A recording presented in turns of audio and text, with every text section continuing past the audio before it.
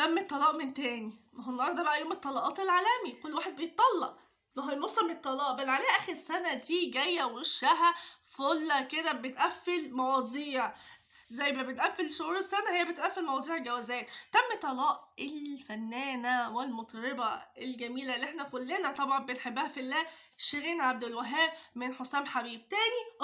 تاني. طب ايه سبب الطلاق؟ لا ده سبب كبير قوي، ده حصل بعد ضرب وشتايم على الطيارة وهما جايين من السعودية. لا ده احنا هنكشف حقيقة، وخصوصا ان شيرين عبد الوهاب ما قالتش سبب الطلاق، قالت ان الطلاق تم بشكل حضاري. حضاري ايه يا فنانة؟ ما احنا جبنا الموضوع والاخبار الصح من نضال الاحمدية صاحبتك المقربة، وهتكشف لنا ايه تفاصيل الطلاق. شكل حضاري ايه ده؟ تعاطوا لبعض العلقة التمام والشتايم الصح اللي على الطيارة وهم جايين. لا ده احنا هنكشف الموضوع. في طبعا اشاعات طلعت وقالوا ان في تم الطلاق ما بين حسام حبيب وشيرين عبد الوهاب، فطبعا في ناس شكوا في الموضوع، قالوا يا ما سمعنا الاخبار دي قبل كده، وطلعت اشاعات. لا بس المرة دي الموضوع صح، وهي اللي طلبت الطلاق. طب لا ده احنا نعرف بقى اصل الحكايه.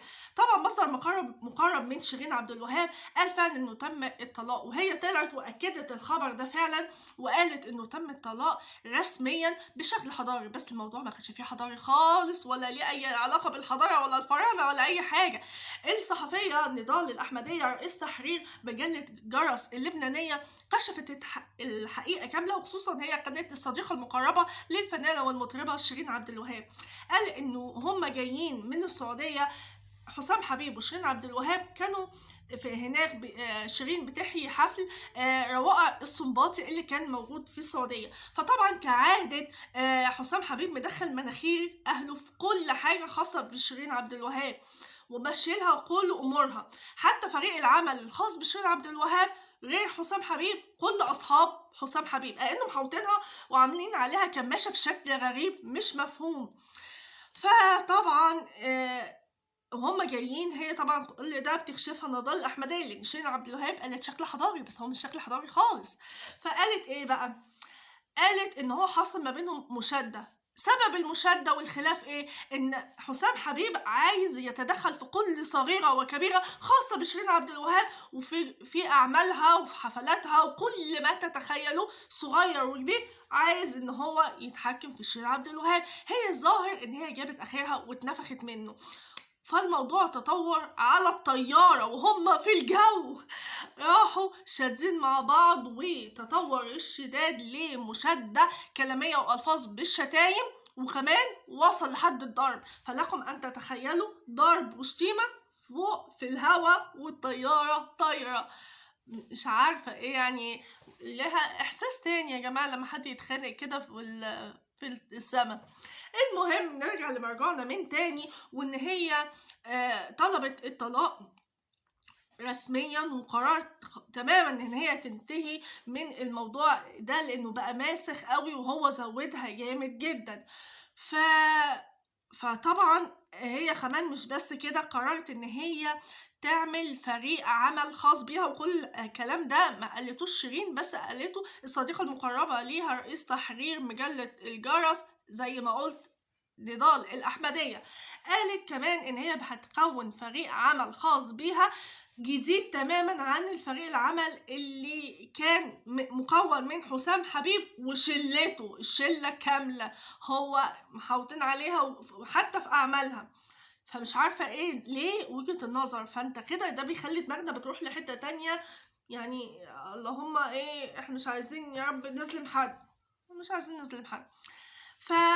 فقررت ان تغير فريق العمل كله وتجيب ناس جديدة تماما، وتتخلص من الفريق القديم بحسام باصحابه بكده، ويروحوا كلهم على القهوة يشربوا نسكافيه او حلبة محوجة.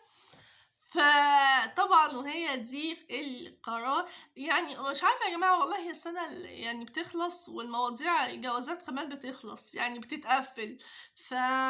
وعسى ان يكون خيرا، وان شاء الله ربنا يعيدها بالخير. هو يعني بصراحه حسام بالنسبه لشيف في وجهه نظري ان هو خسرها جمهور كتير جدا، حتى بعد انفصال. يعني هما متجوزين من حوالي 2018، في خلال الاربع 5 سنين دول حصلت مشاكل كتيرة جدا جدا وخلافات ومشادات، وكانوا يسيبوا بعض ويرجعوا لبعض تاني. بس اتمنى بقى من شيرين ان تكون اتعلمت الدرس وان هي ما ترجعلوش تاني، لان صدقوني خسرها ناس كتير. كان في ناس في فترة وقفت ضدها كتير جدا بسبب ان هي تمسكها بالغير مبرر. يعني انا مش فاهمة هي متمسكة بيه قوي ليه كده، وخصوصا كان بيطلع يقول دي هي اللي معطلاني عن اعمالي. اعمالك مين يا عم الحاج؟ ده انا مش عارفه لك اغنيه، اقسم برب العزه ما حافظه له ولا اغنيه ولا عارفاها.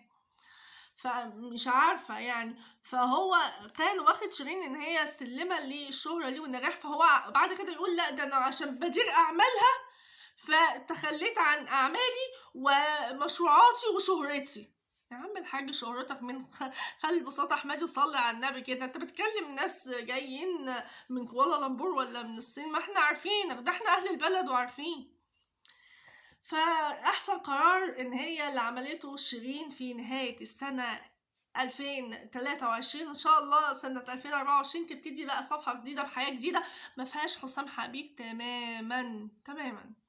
هي دي الأخبار. خناقة في الجو في الطيارة اللي ليها مذاق خاص، بس كلنا فرحنا برغم الناس كتيرة قالوا خلاص احنا مش هنتابع شيرين بعد كده ولا هنسأل على أخبارها هي وحسام حبيب بعد ما كانت دايما ترجع له تاني وتتمسك بيه. بس الحمد لله يا رب ده ما ترجعلوش تاني خالص، علشان ايه احنا خلاص يعني ايه اتنفخنا منه، مش عايزين نسمع سيرته لانه متحكم فيها بشكل غريب جدا جدا. فهي بصراحة احسن قرار خدته شيرين.